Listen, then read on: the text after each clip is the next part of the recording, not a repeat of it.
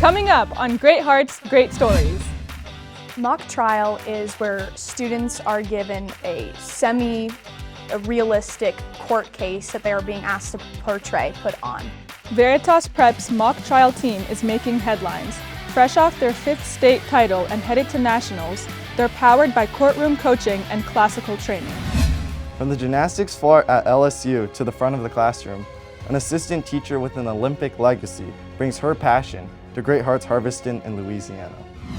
There's never a time to be too involved. Like, you're not gonna look back and be like, I wish I did less when they were all 3 at school there. We are honoring our school volunteers during National Volunteer Week, celebrating everything they do to lift our academies higher. And Young Hearts Preschool is opening their 2nd location in Central Scottsdale. More about their August opening is just ahead. And that's all coming up on Great Hearts, Great Stories.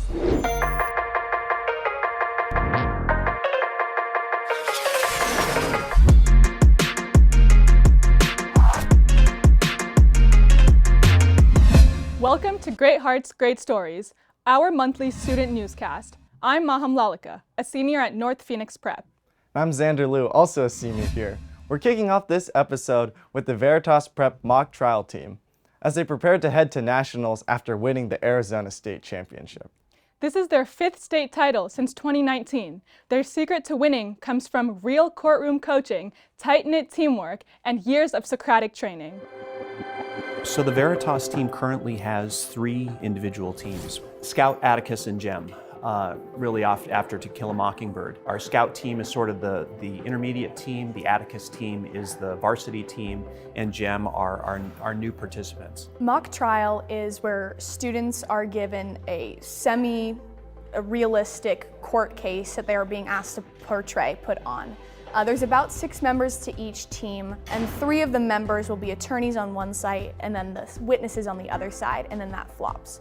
They are very realistic in that a lot of the arguments are sort of the base rules that we will use often. So ultimately, I think it does give good practice to the students in terms of their ability to ultimately be practice ready at some point in time. Those judges will comment to us after, if the lawyers came in half as prepared as your students came in to our courtroom, it would be, blissful for us. I really think being able to argue both sides of the case is really important, that you're not just focusing on one argument and laying that out like you do really in an essay or something like that, but when you're a witness, you're going to be whatever the opposite role or the opposite side of your attorney role, so you have to know the entire case backwards and forwards. It's really intimidating being in front of a judge, especially maybe a meaner one, and being able to stand up to your argument and challenge them on why you're right. So it's given me a lot of courage to be able to face difficult situations and just build really great bonds with my team members, some of whom I've been with since I was a freshman. This is the first year that I've worked with these people, and something that was really special about it is that we were able to build our own team chemistry this year. At the beginning with the invitational, we were all kind of getting to know each other, and so something that really helped us during the state competition is just that we knew each other. We were able to help each other and be supportive of each other through all the 4 rounds that we competed in. I mean, the girls on the mock trial team have always been some of my closest friends. Last year, I was on Atticus and we went to nationals, and we had 5 of our seniors graduate out who were really dear friends to me. So it forms friendships, and it's more than just the competitions and things like that. It's the relationships that mean a lot to me. Because we have such an investment with the coaches and the parents and the students that participate for all 4 years, I think that in itself and the success of the program is a testament to how willing and committed we all are to doing our best and being our best. There's more to mock trial than just the actual writing of the work. You get to build connections with your teammates, and I would just say it's an opportunity that I'm so happy I participated in. Woo!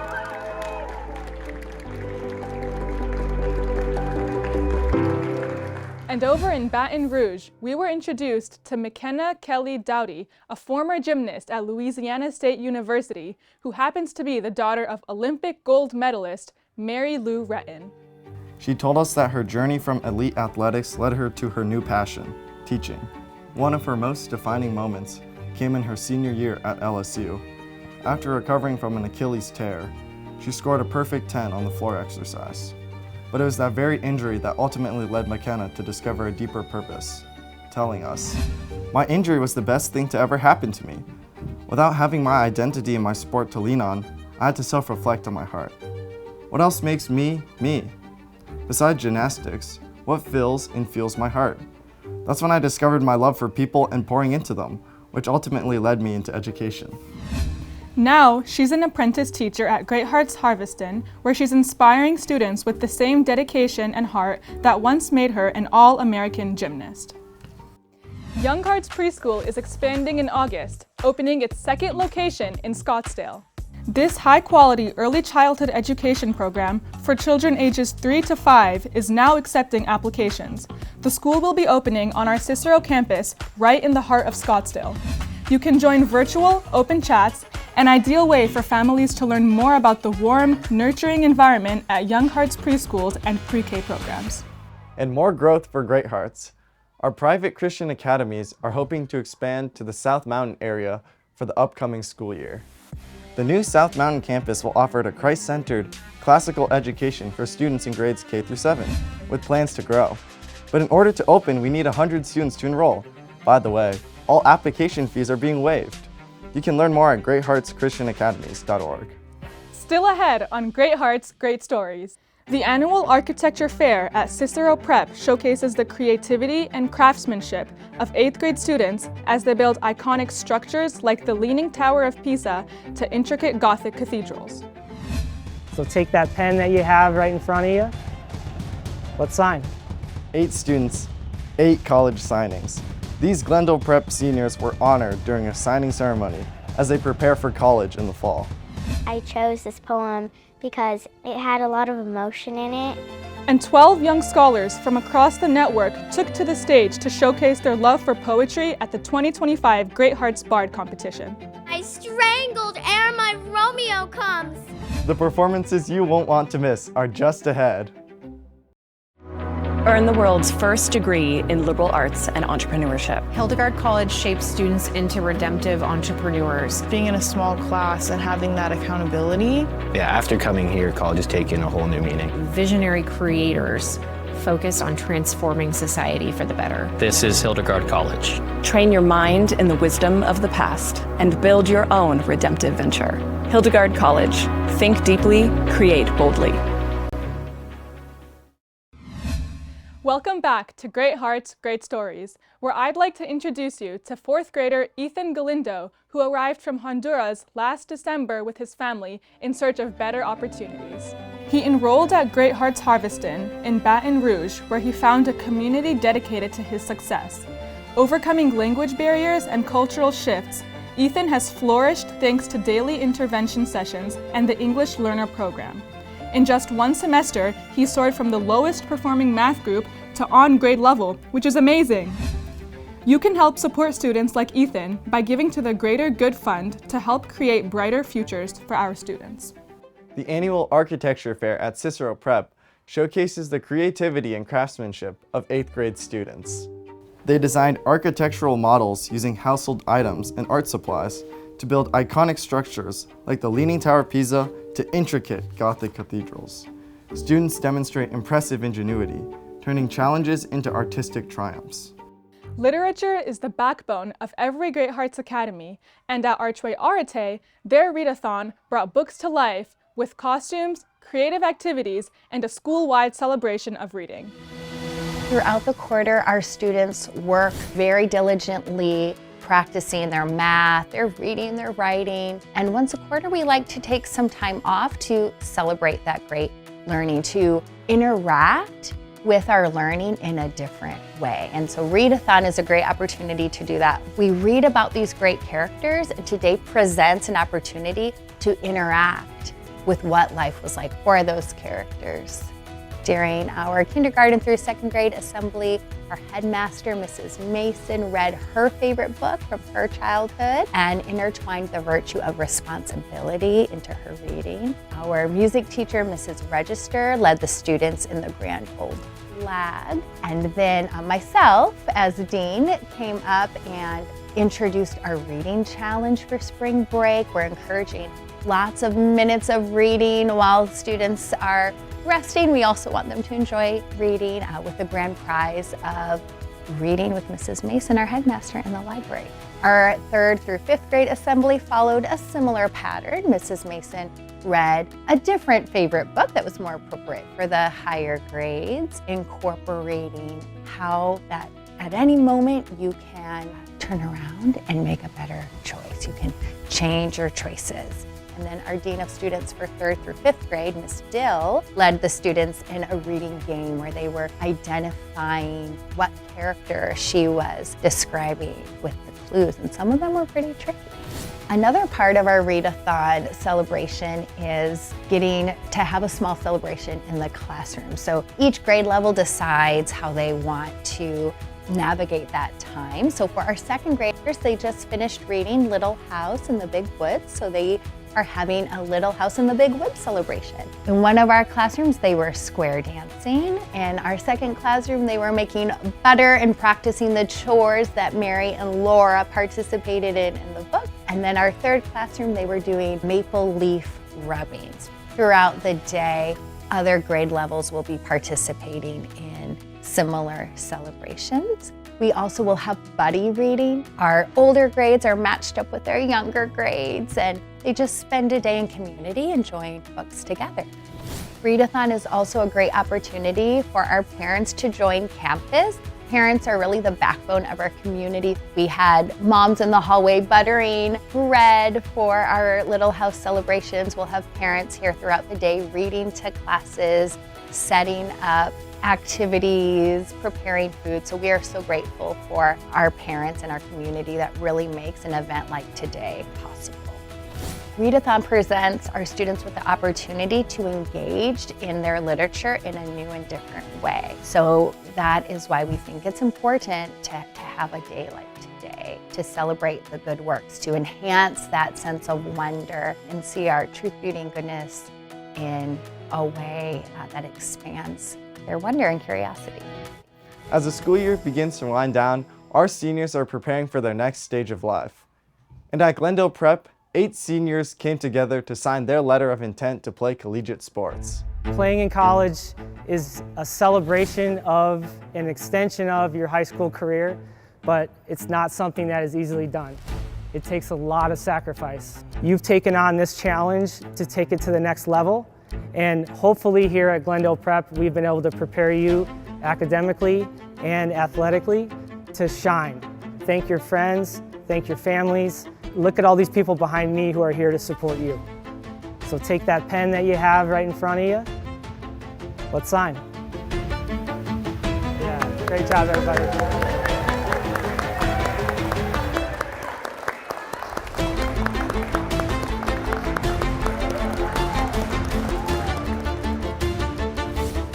Hi, my name's Sophia Bonesier, and I'll be doing track and field for Hillsdale College. My name is Taryn Jansen. I will be attending Grand Canyon University. Will be competing in cross country and track and field. Hi, I'm Senna Smith, and I'm going to be playing basketball at Ottawa University, Arizona. I'm Maddie Kaspers, and I'm playing basketball at Arizona Christian University. I'm Allie Moore, and I'm playing volleyball at Arizona Christian University. My name is Logan Mindorf. I'm going to be playing baseball at Geneva College in Pennsylvania. I'm Sophia Swinford. I'm going to Arizona Christian University, and I'll be on their dance team. And Veritas Prep senior Mackenzie Peralt is signing to play beach volleyball at Concordia University, Irvine, taking her talents to the next level and off a stellar high school career marked by athletic leadership and academic excellence.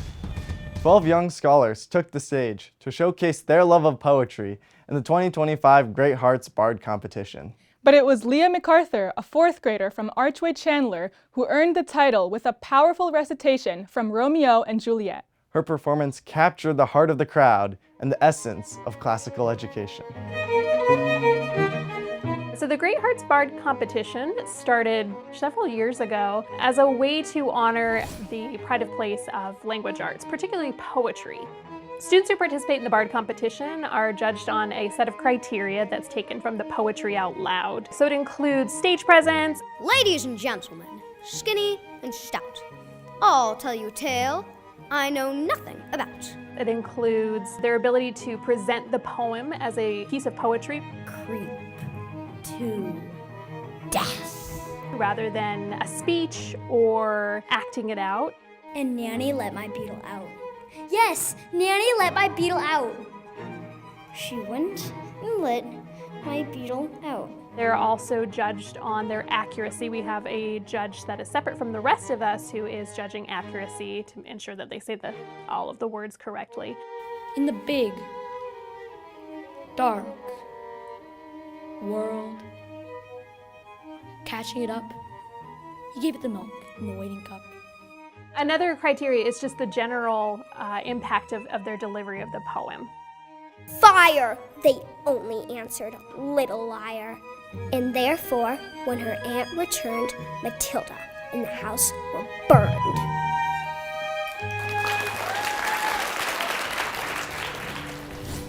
Hello, my name is Leah MacArthur, and I am in 4th grade. I will be reciting Romeo and Juliet, Act 4, Scene 3 by William Shakespeare. And so when we deliberated after all the students had performed, we all felt very strongly that she's somebody that would represent what the Bard is. And we're very, very pleased to have her show up at the events that we have and represent Great Hearts. The 2025 Bard. So my poem was Romeo and Juliet, Act 4, Scene 3. I chose this poem because it had a lot of emotion in it, and I feel like William Shakespeare was a lot of work to put in, so I would have like a good chance of winning. Die strangled ere my Romeo comes!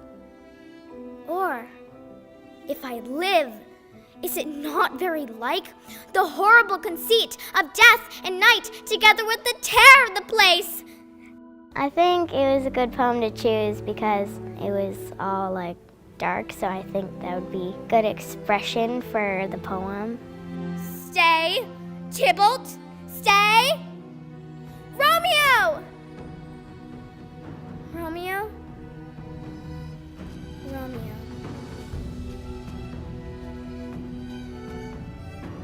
Here's drink. I drink to thee.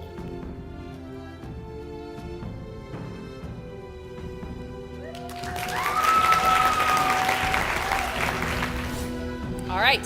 Our first place winner of the 2025 Great Hearts Archway Bard competition is Leah MacArthur. All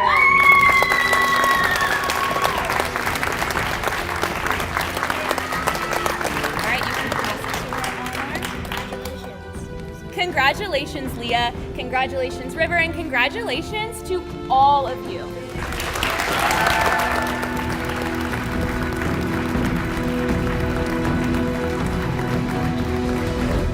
9 exceptional seniors from Great Hearts Academies have been named National Merit Finalists, placing them among the top academic achievers in the nation. Congratulations to Amelia Lockery, Andrew Wen, Robin Teskey, and Joshua Tong, all from Chandler Prep.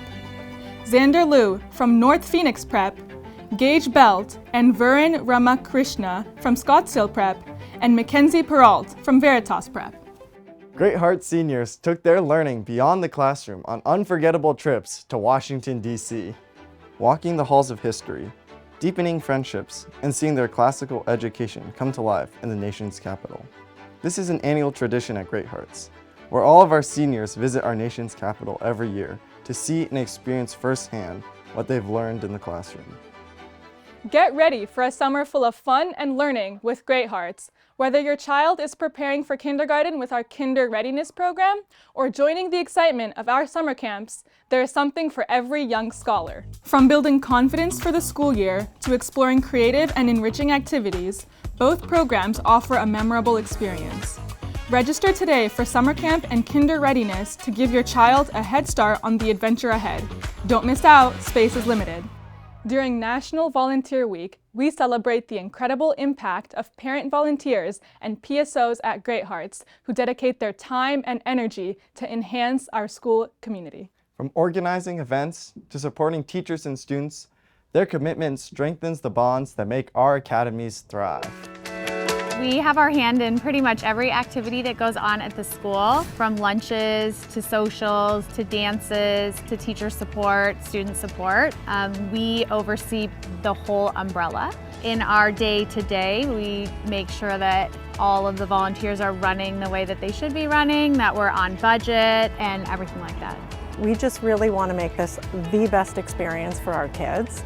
And that's what I think a big part of our job is just overseeing all the little bits and pieces of our parent board, trying to make this a great experience for everybody involved. We put on the events for the high school, we help organize volunteers, and we do 3 major events for the high school. We do prom, which is for juniors and seniors. We do a spring social, which is for the whole high school, and we do homecoming, which is also for the entire high school. The middle school has like parties, and there's a fall party and a spring party that we help put those on, and then they also have a school-wide like field day. So when they're out on the football field and they do different things, and we were in charge of the middle school side of that. One thing I love about volunteering is being on campus and seeing my kids and my kids' friends. It's actually really fun to walk down the hallway in between classes and kids that maybe they don't know my name and I don't know their name, but they recognize me and they kind of give a little wave. This year I can honestly say, having a senior, there's a lot of emotions, and I think what I enjoyed most was being around other parents who are going through the same thing, being able to talk to other people, ask them, you know, how are you doing this, how are you doing that? Porque pienso que esta escuela te invita a que tú participes y seas parte de lo bueno que tiene esta escuela. Esta escuela tiene unos factores que no otras escuelas lo tienen. En especial nosotros los hispanos nos gusta saber qué pasa con nuestro hijo. My husband was like, okay, you have a middle schooler and 2 high schoolers here. There's never a time to be too involved. Like, you're not gonna look back and be like, I wish I did less when they were all 3 at school there. It's a greater sense of community.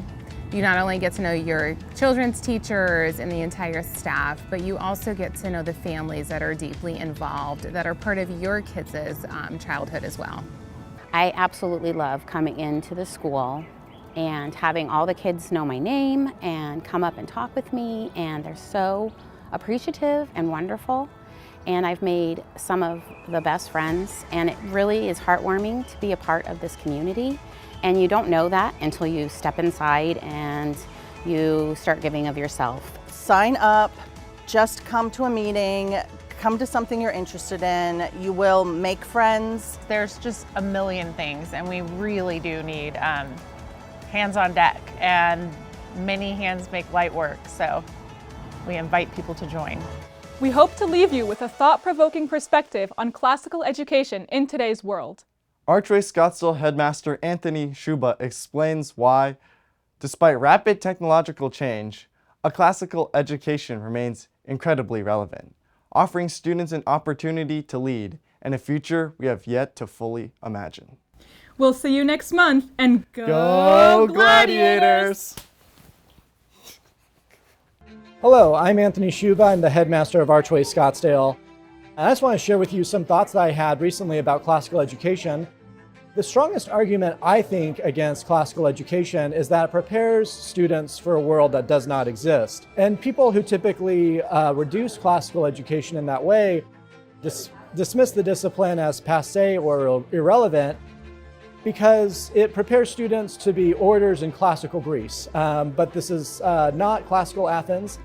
We no longer have orators, so why should we study rhetoric? Why should we study Greek, Latin, and some of these ancient texts that have withstood the test of time? Now, when I first heard that argument, I thought that it was, pretty hostile to something that I care deeply about, and felt that there was a need to disprove it. But as I spent more time with that argument, I realized both that it was true and that is actually a good thing. Because if we are in fact preparing our students for the job market of 2025, then by the time our K-12 students graduate in 2035 to 2042, they will be hopelessly outmoded and outplayed. So we really have a choice between two alternatives. Either we can embrace the utilitarian model of education, in which our students only go to school in order to accomplish the goal of career readiness, in which case, by the way, we need to not only anticipate, but actually even predict and teach the technological advances of the next 10 years. Good luck if that's the case. Or we can realize that education is more than the transfer of information. It's actually the formation of souls. And that the goal there is not to teach students what to think and give them access to facts and the learning of stuff, but that the goal is actually to teach them how to think, to give them method, and to expose them to the best of what the Western world has to offer, and the classical texts, concepts, and ideas that have withstood the test of time. I believe that if we do the latter, we will prepare them not just for participation, but also leadership within their chosen fields. So there are many excellent models of education that are out there. I happen to prefer the one that prepares students for a world that does not exist yet.